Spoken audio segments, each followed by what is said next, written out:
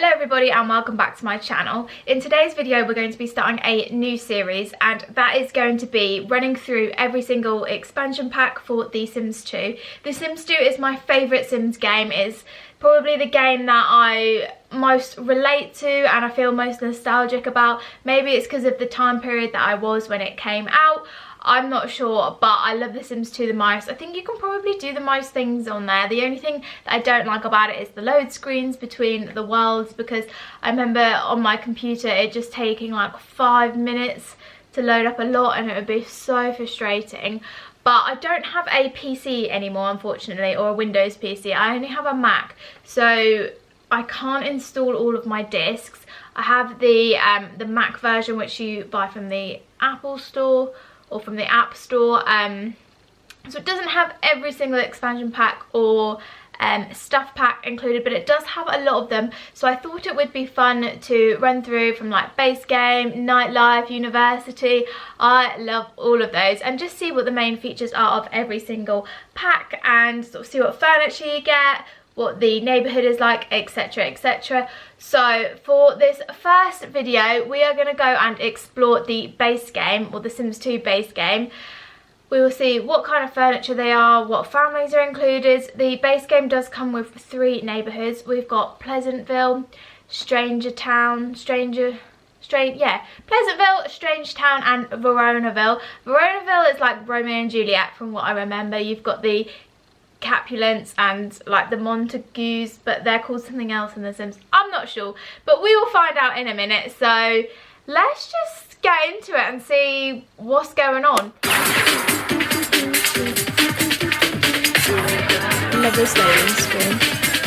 I actually kind of missed this in The Sims 4 because they don't have a loading screen like this, which is a shame.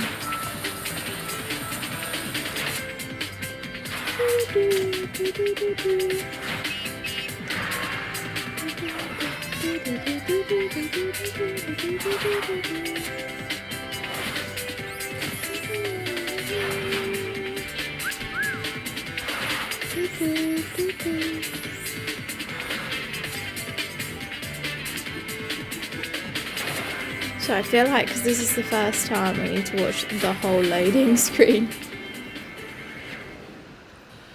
Lovely. So like I said earlier, I've got the Sims 2 Super Collection, which is the one available on Mac.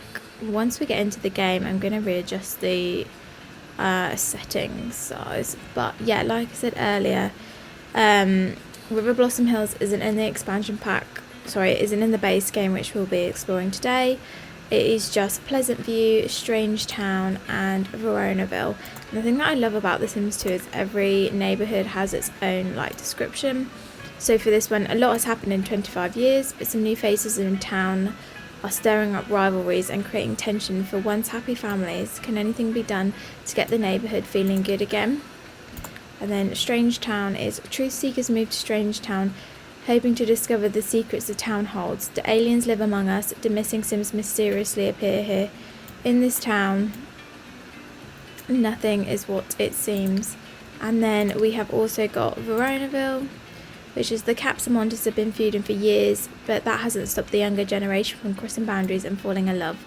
Will their actions lead to ruin or bring the families together? So this is what I was talking about the Romeo and Juliet kind of Sims storyline in that neighbourhood. And then you can also create your own neighbourhood as well, which I might give a go at some point, to be fair.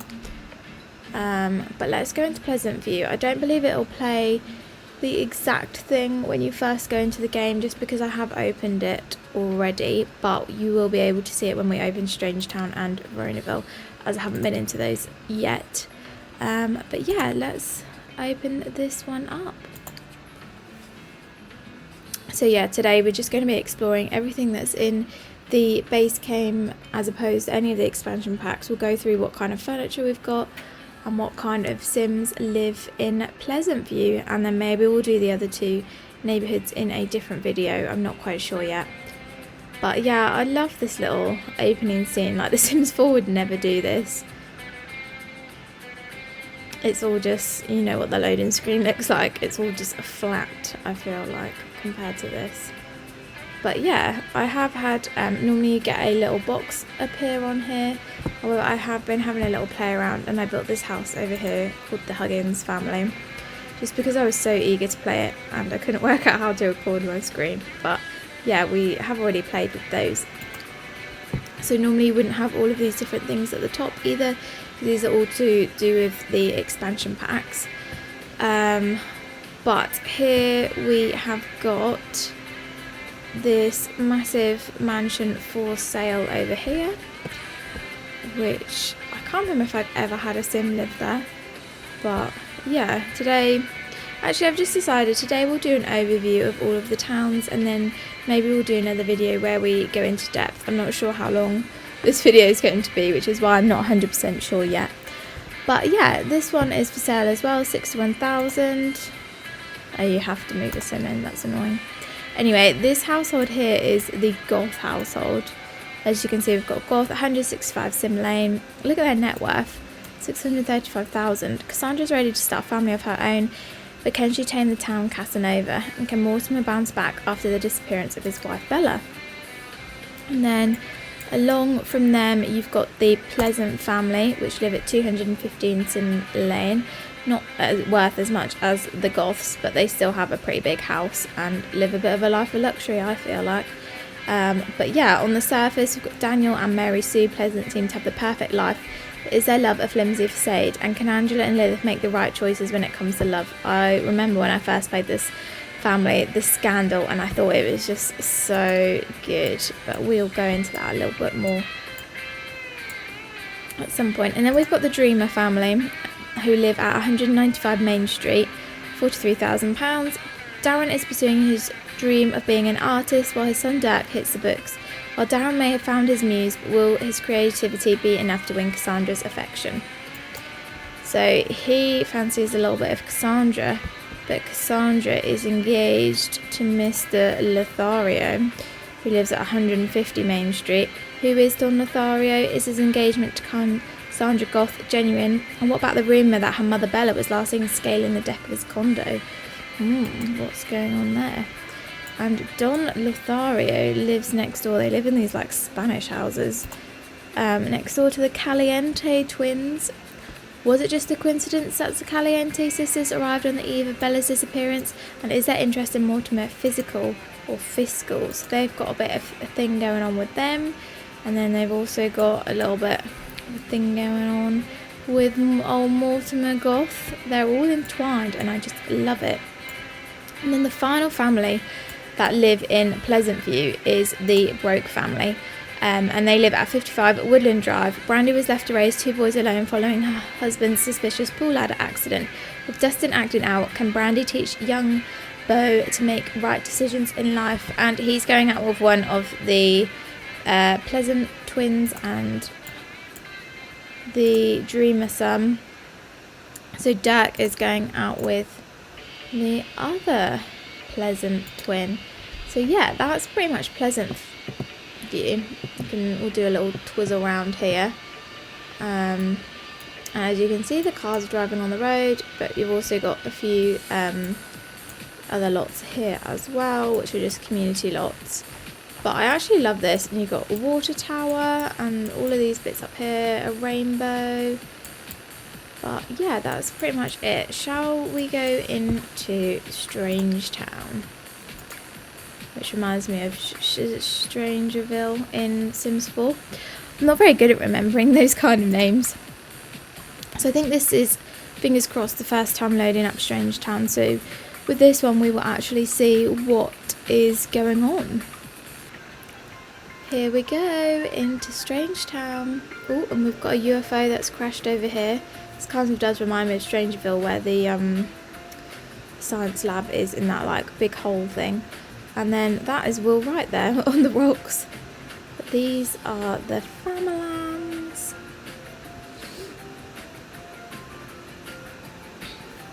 No, we'll do that later. Okay. Here we go, this is what should come up. So, welcome to Strangetown. An aspiration for knowledge has attracted a diversity of truth seekers to the small community along the road to nowhere. Can they learn to accept their neighbours, or will their differences clash and spell ruin for their town? And other reports of Belagoth sighting fact or fiction in Strangetown, nothing is what it seems. So let's see what families we have in Strangetown. In search of truth and mystery, the three curious brothers, Pascal, Vidkund and Laszlo, got more than they were expecting. What happens there, I wonder? Can they cope with their new roles as cosmic parents? After a fruitful career, Pollination Technician 9 has retired to his favourite planet. But can his son Johnny make friends and fit in, or is his family just too strange for Strangetown? What experiments are the highly secretive and less than neighbourly Loki and Cirque Beaker performing on poor nervous subject? Will the secretary affect Cirque's career ambitions? I don't know if I'm pronouncing his name right, but that's how I've always pronounced it in my head. Tank has always lived under the hard thumb of his father, General Buzz Grunt. I always thought that was Grant. General Buzz Grunt. This is a domesticated boot camp. Can Tank prove his worth to his demanding dad? Who is buried in Olive Specter's garden? Will the mysterious aging outcast leave her fortune to her niece Ophelia, or, as rumoured, to an unnamed heir? I remember when I played them, they live over here. That she accidentally died, and then they both died when I last played them, and then it was game over. I think that was the first time it ever, that had happened to me when playing The Sims 2. But yeah, so they live down here, Spectre, on 13 Dead End Lane. And then the Curious family live here, 2 Cover Up Road. I love the names of the roads. They are all just, it all just fits so well. And they've got their telescope at the top of their house there. And then down the road, we've got the Smith family, which is Pollination Technician 9. Got a few community lots here. And then this is the Grunt family, or who I used to think they were called the Grant family. I remember years ago when I first played them, they had so much homework lying about the house, and I literally could not get them to keep up. I'm pretty sure they got taken away by social services or something. And then up here we've got Beaker, which they've got no other subject. And they live on 1 Tesla Court. Interesting. But yeah, that's pretty much Strangetown. Yeah, we've got the statue of Will right over here on a rock. And this reminds me of Strangerville in Sims 4, where you've got the, the science lab where the mother is in that big, what is this called? Like a big crate in the land. But yeah, that's pretty much Strangetown. I actually always used to love how they had grass and nobody else did. But without further ado, let's just move on to Veronaville. And let's see what this town is all about.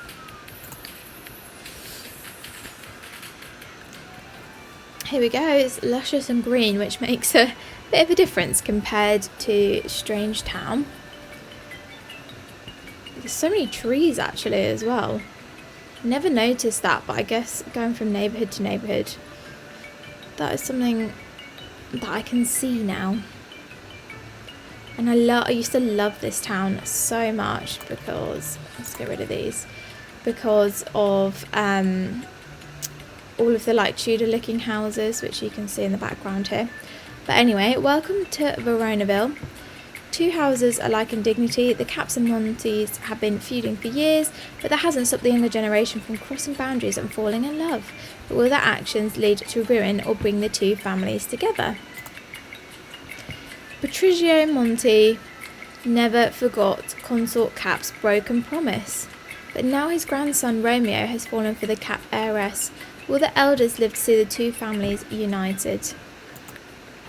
Juliet Cap has fallen for Romeo, golden child of the rival Monty clan. Can the Caps set aside their grudge and put Juliet's happiness first?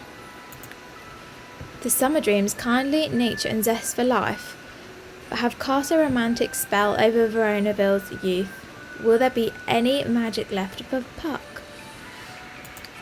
Okay, I think that's the only families there are. It's like they've kind of given up when they've got to this expansion pack. But yeah, these are more like Spanishy houses over on this side of the bridge. which is where the Montagues or the Monties live. And nobody else lives over here actually, but we have got community lots and a little whatever that is. Oh, that is a lot. Ooh, maybe we'll visit that later because that looks a bit weird. And then over the bridge is the Capulets, which live over here. And this is where all of the Tudory houses are. Look, and we've got Veronaville Market and all the trees and everything. And then this is where the Summer Dream family live. But yeah, it's a bit of a lonely neighbourhood, but there's lots and lots of houses for people to move into. So yeah, that is all 3 base game neighbourhoods. And look at these little floaty hot air balloons. I love them as well.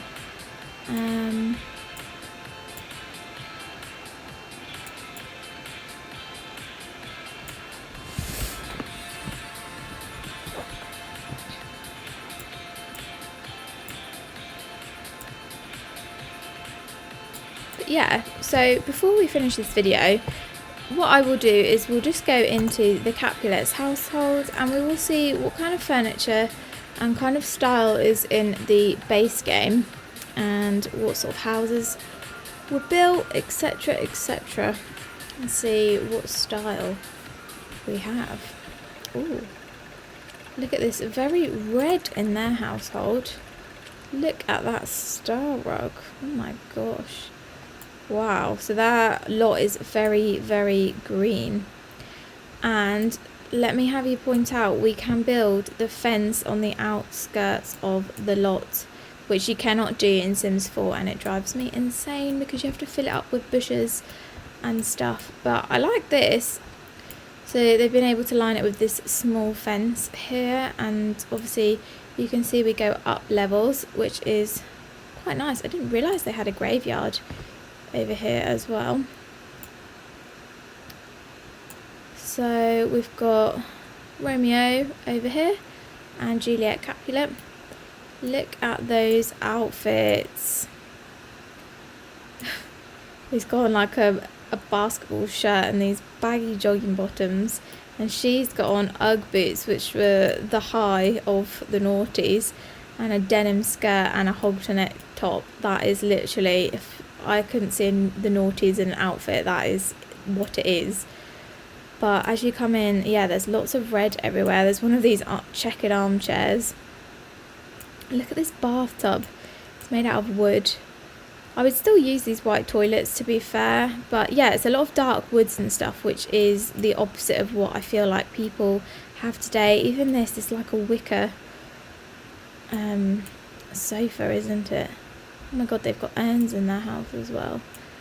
And yeah, again, this rug is hideous. Why would you have this in your dining room?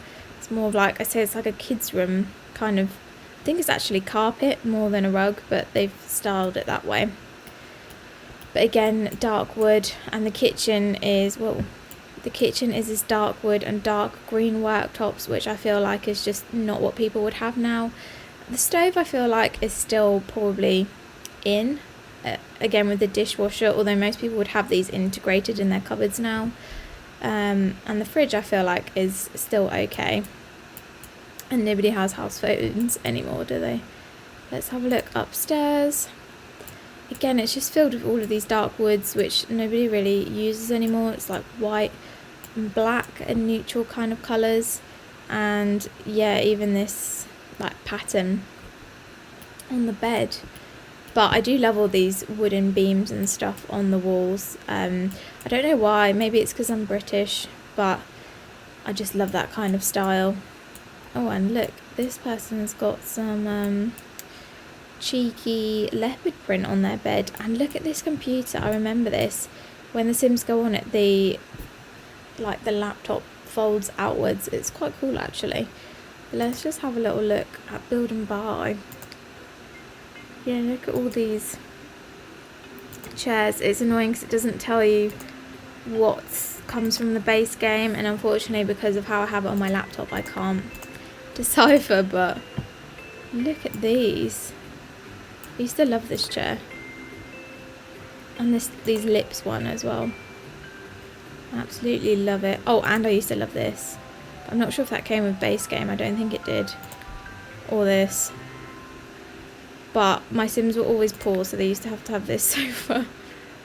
So funny. And these as well, because you could stack them like this.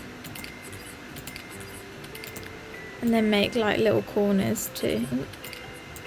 Look! Oh, why is that not doing it? There you go.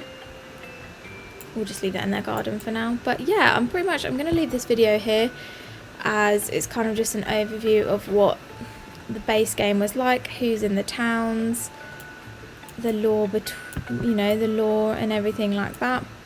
Let's have a look at their family tree actually quickly, because I'm actually quite interested to see this. How do I even see it? Here we go. Consort Cap, Contessa Cap, don't know who they are. Prospero Gale, Caliban Cap. Also, she was the Capulets and he took her name. Interesting. Tybalt and Hermia. Cool. Anyway, yeah guys, I'm going to leave this part here. I hope you enjoyed. I'll be doing more videos on The Sims 2 now as well. And she wants to sneak out with Romeo, so who knows what will happen in the next part. But I think I might do like a little let's play of each expansion pack, or kind of like exploring them each in more detail. But yeah, thank you all so much for watching. Please don't forget to subscribe, and I will see you all in the next one. Bye.